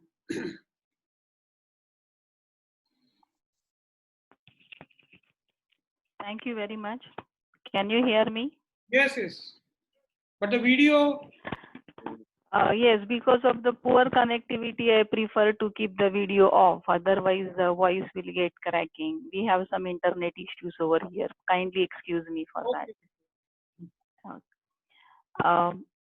Greetings to all wherever you are. This is really very insightful webinar in a challenging time. Today, we have listened from almost the world, almost all continents of the world, how they are facing, how they are feeling, and how they are trying to cope up with the situation at individual level and also at the organization and the country level. This spread of the COVID, particularly the COVID itself, is omnipresent, invisible, fast moving, and indiscriminate. It is just spreading like anything. It has no discrimination, whether rich country, poor country, caste, creed, nothing. And the main aspect of this is the human body is the carrier of this virus. Otherwise, our human body are carrying many viruses, but this particular virus cannot coexist with us and we are falling succumb to it. So all other viruses, like we know the malaria, Ebola and all, someone else was the carrier. Like a mosquito was a carrier, a pig was a carrier, a chicken was a carrier. But in case of a COVID, a human being itself is a carrier. So that is why we have to be more conscious, because we can be the cause of it for the spreading of the virus. And that is the reason that the lockdown, social distancing, these are the primary solutions we could able to find out. All the medical solutions and other solutions will take a time, but until that time, we have to live with this. Now we have reached to the point, the generation of a human being, I have reached to the point that we can call it a pre-COVID era and the post-COVID era. Our life will not be the same the way they are before COVID, during COVID, and after COVID. It has totally changed the way we are living. And why it has changed? Because of the many aspects, the way we are living and the way we are interacting with each other. Though the lockdown is considered one of the good preventive measures to constrain the spread, but it cannot be continued, because this COVID virus and the measures, it is not only the virus, but also the measures we have taken to, we as a world has taken to reduce the spread, have all kinds of impacts. Like we have been listening from all the speakers, it has the socio-economic impact, health impact, socio-economic impact at the individual level and at the society level. No one everyone is the one at one or the other level is getting impacted by this COVID-19 virus. So the precaution, more conscious living is really very important for us. That is why I said it is a pre-COVID era and the post-COVID era, so that we cannot be able to live the life the way we are. This generation of the human being, like 21st century generation, we have been living with the best infrastructure ever. But the way we have developed our life is like that the infrastructure is best, but the basic human body, which is carrying this or enjoying this infrastructure, we have taken the least care of this body. Our immunity system has gone down to such an extent that we cannot carry this invisible virus. Because as we have seen that this virus is really not as killer as it is. 48% is the recovery rate. The fatal rate and the infection rate, still there is a big gap, which is a good sign of it. And mainly it is because of our immune system. So the another way that till the time we could able to, we are so dependent on this ventilator system of the infrastructure, health infrastructure and the technical infrastructure. Our lives have are on the ventilator of this technical and health infrastructure. So one of the lesson what I can say is, we have to stand at our own. Yes, we need some support, but going forward, we have to stand out at our own to make suitable us more immune body, more healthy and hearty life.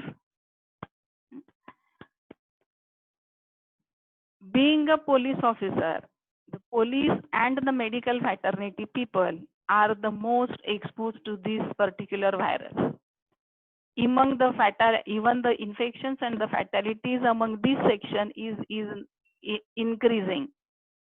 But the interesting fact is, all these 3 months they are day in day out exposed to the virus, and comparatively the infection and fatality rate is relatively less.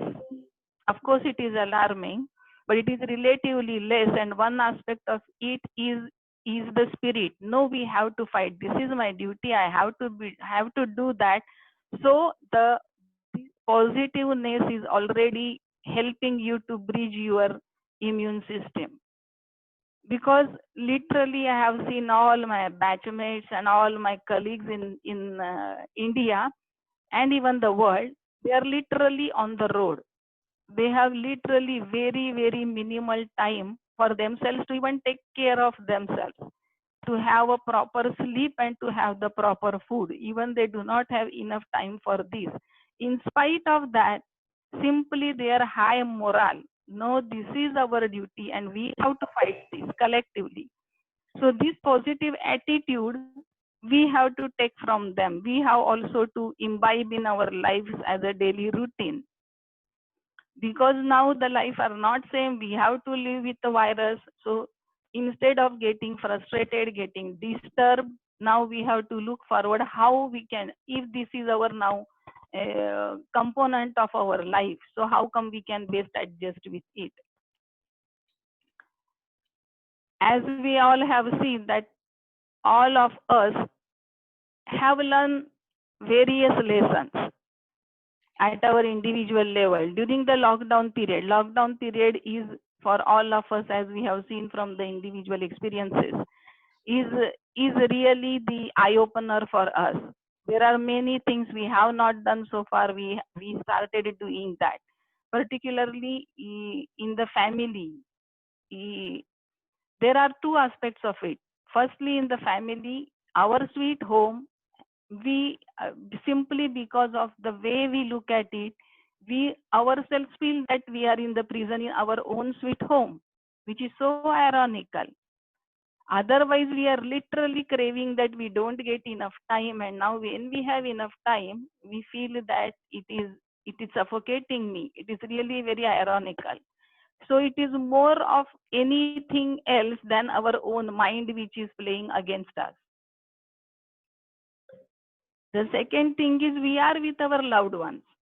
In all this running life, we really did not have enough time to spend with our loved ones. So our sweet home, our loved ones is suffocating us. And now we have to learn this, that. So more than anything, it is our own mind which is not giving us the solace. Yes, there are medical aspects, there are economic aspects to it. But as a human being, first we have to see where we are and what we want. So on this front, because of this lockdown, we have really learned a lot of positive things also, like being at our own, yeah, helping in the home, doing the kitchen things, doing the laundry things, doing the cleaning things. So all these small things which we could able to catch up during this learning time, now we should keep it sustainable throughout our life for the sake of our own, for the sake of our family, and the same behavior we have to carry on when we live in the social life. I will not take much of the time because there are still many questions and answers which are coming up. I would like to really thank this panel for organizing this wonderful seminars. And I particularly, as all the participants are from the teaching fraternity, so our education system, while we go forward we are still in COVID era. We are not in the post-COVID time. We are still in the COVID time. So still we phase out from the COVID to the post-COVID. We also have to concentrate on how we can change our lives. In the education system particularly, we have made our life so economic oriented that whatever we teach right from whichever educational institution and whichever level, how to earn the money. It is so money centric than the human centric. So during this COVID lockdown period, what we have realized is our requirements are really not that big. In these 2-3 months, we could really able to live a happy life with a family with the minimum requirement. We have 3 times of the food, water, hygiene, and communication facilities, and that is all. We are really happy. We really did not wanted many of the things which we have been doing unnecessarily. From economic point of view, we have developed in such a way that most of our in this COVID period, the only economic activities which could able to continue is around the health sector, security sector, food sector, and communication sector, a digital platform also, the technology also. But rest all, if we can see the percentage-wise contribution, most of our other economic activities are at standstill. Meaning other side of it is, for our survival, do we really need it to that extent? So maybe from economic point of view also we can focus more on food, agriculture, hygiene, and communication. So there are many we can drop out, there are many we can pick up. So going forward, I really want even the teaching fraternity to, in addition to give the academic education to all students and the class, we also have to give them the education to be a human, to be a self-dependent in all aspects, not only the financial. Dependency is not only the financial independency, it is on all aspects. Psychological, mental, and just be a happy human being. I know this is really very, very, very tough time. I wish all the health sector and the security sector and all the governments, whatever they have been doing to make our life easy during these challenging times, I really have a sincere gratitude for all of them. and also we, the global community, who have been supporting this mass challenge, because collectively, really, we can fight off it. There is a bright future for us. Only our target for 2020 or maybe for 2021 is a survival. We have to survive these years, and not only we, but also the people. We have to make sure that people around us, we should support them for their survival also. So this is very interesting webinar, and thank you so much. Let me stop here. Thank you, madam. So the fighting spirit, positive attitude, increasing your immunity in all possible ways, proper food and sufficient sleep. And the final main point is we have to live with this virus. So thank you very much, madam. Now again, I will try for Gopika Jahagirdar, madam. If it is audible to you. I think she is yet not connected. You have to unmute yourself, Gopika Jahagirdar, madam.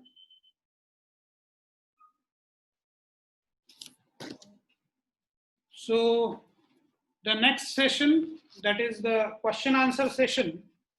For this, we follow a particular protocol. If you have any questions, you put your questions in the chat box, and our team will convey the questions to the panelists. So a few words about the team.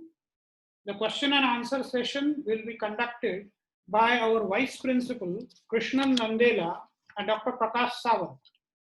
Professor Nandela is a self-made man. He started his job with a job in Indian Navy, has good political connections and a good understanding of Indian politics and economics. He is alumni of our college, student of the first batch of our college, which started in June 1984. Dr. Sawant has an exemplary rag story to tell. He came from the rural areas of Pandharpur Taluka of Solapur, also my native district. He recently completed his PhD in commerce. Over to Nandela and Sawant. Participants can ask their questions, and Vice Principal Nandela and Dr. Sawant will handle the session.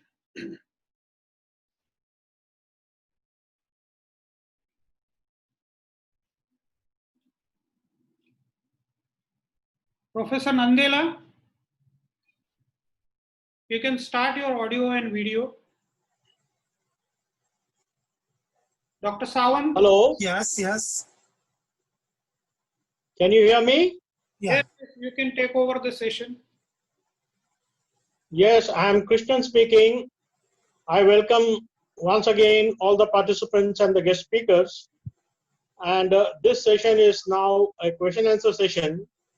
I welcome all participants to forward their questions. If you have any question, you may please put your question in the chat box, and we will try and get the answers to those questions.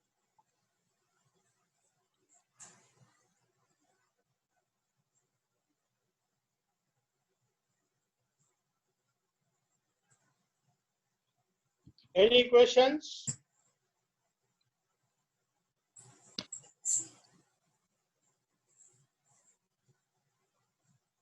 Once again, I request to all of the participants. Any questions?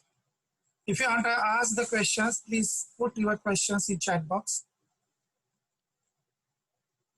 There are queries about the feedback form and feedback link. So just a moment. I want to clarify all these things. We have a Telegram group for that. You don't need to go into the URL. You just search by Tope College International Webinar 15 June 2020. So you will get the group. So I request all the participants to join the group and today by evening, you will get the feedback link. So please fill up the form. But now concentrate on the session and put your questions in the chat box. A participant asked once again, sir. You Yes. In Telegram, when you open Telegram, you have a search box. So put these words. You may write down Tope College International Webinar. It is logical. You can do it on your own also. Tope College, T-O-P-E, Tope College International Webinar, 15 June 2020, and you will get the group. Almost half of the participants have joined the group.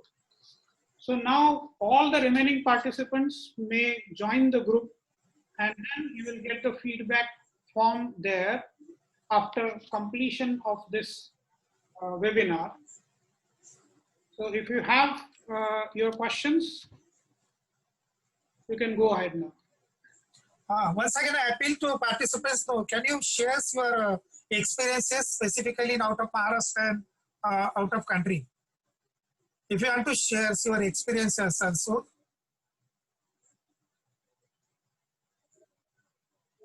Out of state or another country. So you participate or your experiences also.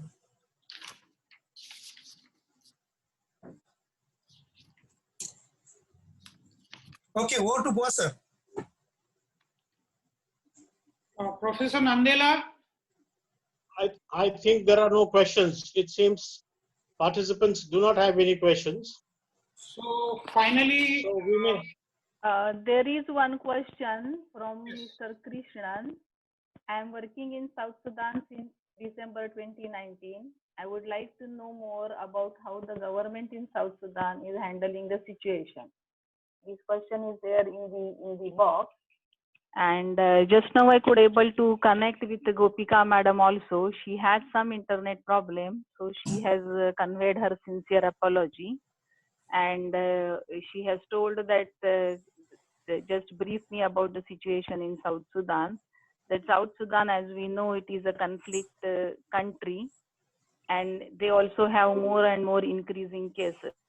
And as told by the Lealem, it is in the African countries, the healthcare system is really not up to the mark for even the of COVID situation. So it is really a challenging time for the government also to support, to provide the due medical support. So Mr. Krishnan, maybe there are certain government sites on the South Sudan, and also there is an Indian embassy site also. From there you can get the more information, because right now we really do not have the information what exactly the South Sudan government is doing on that particularly. I can see one more question. We are feeling mental pressure, how to handle the mental pressure. That was from Priyanka or someone. About the mental pressure, as I have also said that it is more of the mental thing. Mental pressure, there are various ways to handle the mental pressure, to do regular exercise, as now you have more time for yourself, do meditation, breathing exercises, have the proper food, have the proper sleep, and think positively. These are the basic tips for keeping yourself happy, healthy, and out of the pressure. Thank you.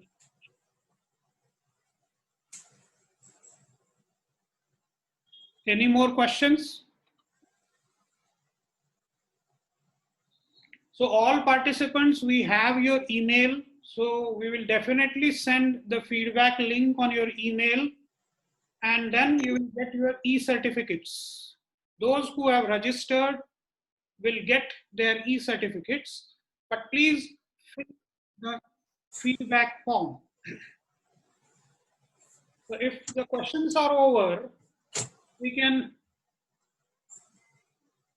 move forward. What do you say? Yes, boss, sir. Hi, everybody. I'm Gopika. I'm sincerely my apologies to you with you. Anything at the last moment I'm joining, I'm unable to connect you all. Anything I can say that South Sudan has in a danger zone. There are 1640 COVID-19 cases and 28 deaths until now. The government is, there is lack of medical facilities, as Dhanush is well said, and UNMIS is trying to support the government, providing all infrastructure, including the renovation of hospitals, the sanitizations, the masks.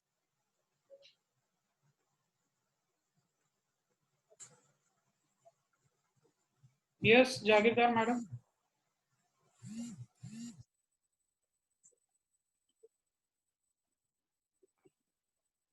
Hello.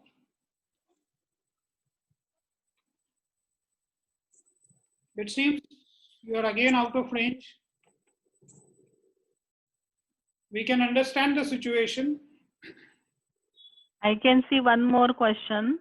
How could be educational loss managed after and during the COVID? Very important. Maybe the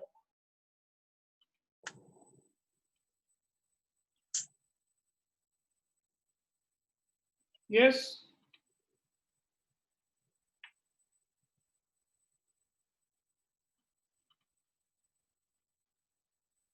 Yes, Dhanashri madam, you can continue. I was just highlighting the question so that the educational fraternity people are around there. So I raised it to them.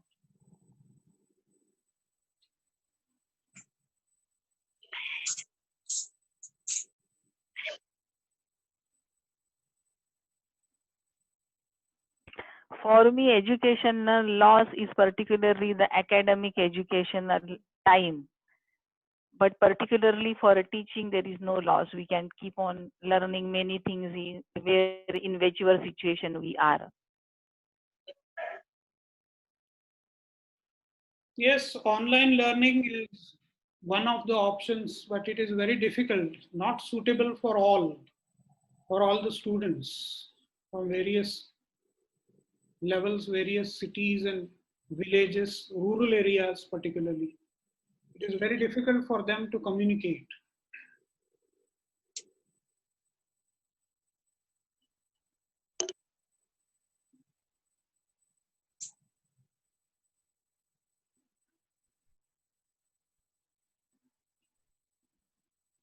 Any other question?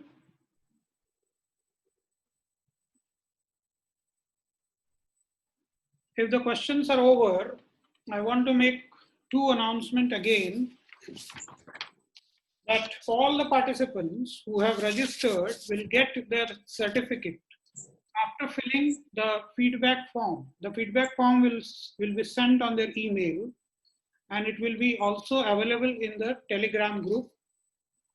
Many have already joined the group. Those who have not joined, they should go to Telegram, search for Tope College International Webinar 15 June 2020 and join the group. So you will get all the links and all the other information there. You can raise your questions even there also.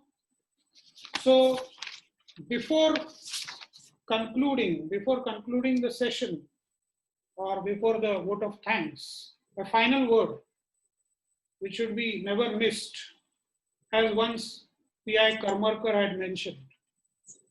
Great amount of credit for organizing this webinar also goes to my wife, P.I. Renuka Bua.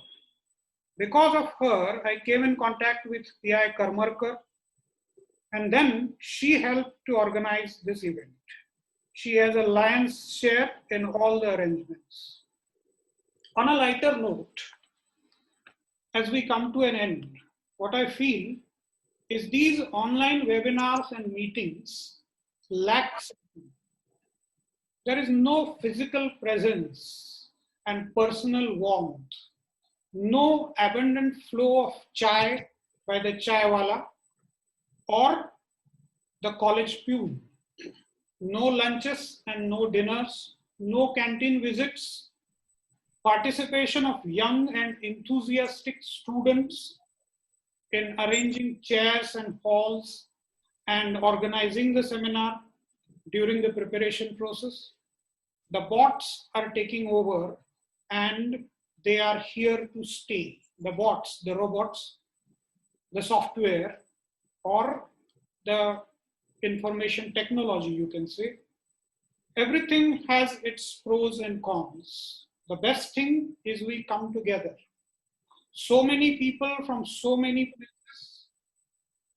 With this, I hand over the mic to Dr. Ashwini Torne, head of the Marathi department of Dr. T.K. Tope Knight College. Congrats to her as she has recently completed her PhD. A caring personality, a seasoned orator, a great aggregator with an ability to crack great jokes with a straight face and tranquil voice. One last thing, an edited version of this webinar will be available on YouTube from tomorrow. I tried to make it YouTube live, but technically somehow it was not possible, and as I have very limited time, I skipped that. But the whole webinar is recorded and we can put it on YouTube from tomorrow. You can have the link in the Telegram group. I have already told you how to join the Telegram group. Search for College International Webinar, 15 June 2020. Over to Ashwini for vote of thanks. Thank you, sir. Good afternoon all. Respected principal, all honorable guests and participants. I, on behalf of Dr. T.K. Tope College and teaching non-teaching staff, extend vote of thanks to all of you. Our keynote speaker, Mr. Lealem Dinku, please mute your voice. Balbhim Kulkarni, please mute your voice. Yeah. Our keynote speaker, Mr. Lealem Dinku, sir, expressed his thoughts on crisis, especially in Nigeria. Less medical, technical facilities over there, and then even fight is on for the betterment of situation with the help of basket fund from UNDP.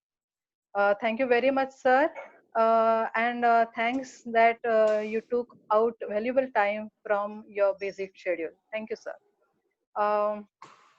Then DYSP Gopika Jahagirdar madam, who is currently working in South Sudan, and tried to tell us about critical situation in Sudan, but due to technical issues, we could not hear you. Then even thank you very much, ma'am. All our dignitaries who shares their personal experiences, especially Parth Bhave from America. He told us about challenges and advantages of working from home. Then Lorenzo Berio sir from Italy, Chinmay Dhawale from Australia. Chinmay expressed his feeling that lucky to keep my job. I think this feeling is a universal feeling, and because of the jobless situation, we must be positive in this situation, because as Buddha said, everything is impermanent. So this situation and COVID-19 is also impermanent. So nothing to worry. I think we have to be very positive. Then thanks Sanyukta. Sanyukta Bua is a daughter of our today's competitor and our Professor Shubhraj Bua sir. She is feeling safe in Germany. That's great feeling for all of us. Then Rachel Peace, thank you very much. She is from Canada. Dhanashri Karmarkar madam, Police Inspector Dhanashri Karmarkar madam. She is actually, as a frontline warrior, she expressed her feelings that in spite of less sleep and less healthy food, all medical server and police force are fighting positively, and positiveness and high moral is helping to build their immune system. That's a great thing. And she also told us that all this game, all about is mind game. So let's hope for the best and keep ourselves very positive during this pandemic period. Madams, all points are really very much thought-provoking. Thank you very much. All our these guest speakers showed their interest and agreed to keep their views in very short notice. So truly thankful to all of them. I also wish to express my gratitude towards our principal, B.B. Rokde sir, Vice Principal Professor Krishnan Nandela sir, for providing encouragement and support and giving us an opportunity to organize this event. Special thanks to Professor Sawant sir, because for giving birth to this idea of webinar. And because of tremendous effort of Mr. Buasa's tremendous effort, we successfully enjoyed and participated and conducted this webinar. So big thank to Professor Buasa. Finally, I am very much grateful to you all listeners, participants. More than 200 participants participated from various parts of the country and outside the country. Thank you all you guys for making this event successful with your contribution. As Noam Chomsky said, COVID-19 is not actually that big problem in front of us in the comparison of global warming and world atomic war. It is an opportunity to rethink about humanity and to protect human values. So let's face together COVID-19 crisis positively, and let's show our deep gratitude towards our frontline warriors and real heroes, doctors, nurses, police force, for protecting us. Once again, thank you all for participating in this webinar and made it very successful. Thank you very much. Over to Boaz sir. Thank you all. I think the webinar is over now, and we'll meet again in some other context. Thank you very much. We are now ending the webinar.